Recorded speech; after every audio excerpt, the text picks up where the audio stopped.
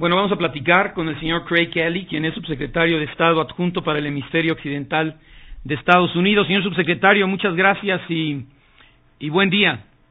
Muchas gracias por la invitación. Señor subsecretario, bueno, pues mire, el Instituto Mexicano para la Competitividad dice que en un estudio realizado, México pasó del lugar 30 al 32 de 48 naciones porque en México hacen falta reformas como la energética, entre otras muchas, la laboral, que motiven la actividad financiera en el país. ¿Cuál sería su punto de vista? Bueno, y todo esto se lo pregunto en el marco del tercer Foro de Competitividad de las Américas 2009 que se llevará a cabo. Señor subsecretario, adelante, por favor.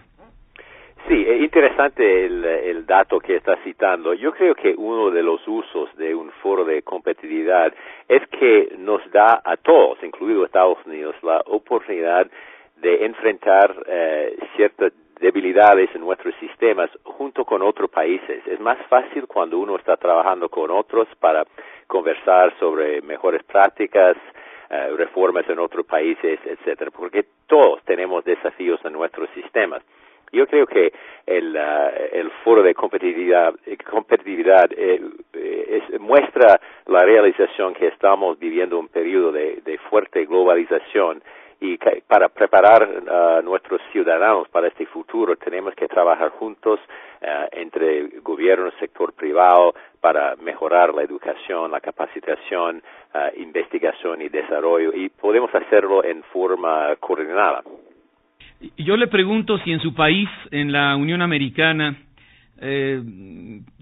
también hay legisladores que entorpecen que se vaya a fondo en cambios que requiere su nación para pues ser más competitivos, generar empleos, crecer en lo económico, como desgraciadamente sucede aquí, y usted lo sabe, sé que es muy respetuoso de los asuntos internos de cualquier otra nación, pero el que no se pueda ir a fondo en México en el plano energético, porque entre comillas somos un país petrolero y seguimos con una mente anquilosada donde el concepto de falsa soberanía y nacionalismos mal entendidos pues sigue imperando, y somos la única nación en el mundo,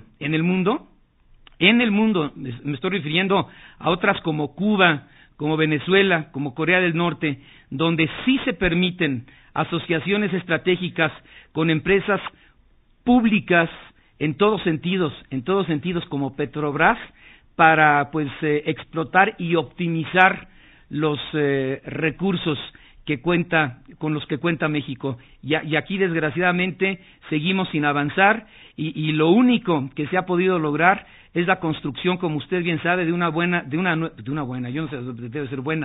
nueva refinería, pero que comenzará a operar por lo menos en 4 o 5 años. Señor subsecretario.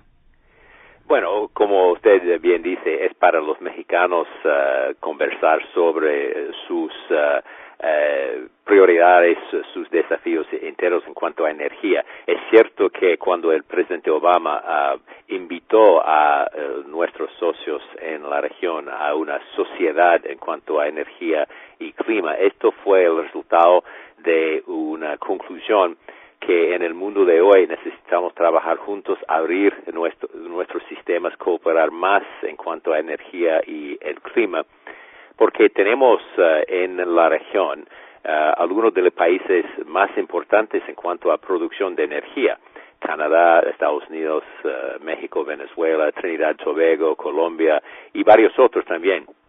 Y lo importante es coordinar nuestras políticas para que la demanda y la producción están en una relación positiva. Nosotros sabemos que por razones políticas, de infraestructura y otros desafíos, este no es el caso siempre hoy en la región.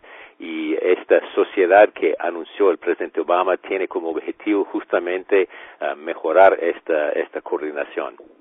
¿Qué podríamos tomar en México que está haciendo bien Estados Unidos en lo que a competitividad se refiere, o ventajas comparativas y competitivas, señor subsecretario, para acelerar la salida de esta crisis económico-financiera que, como usted sabe, pues se ha extendido a todo el mundo?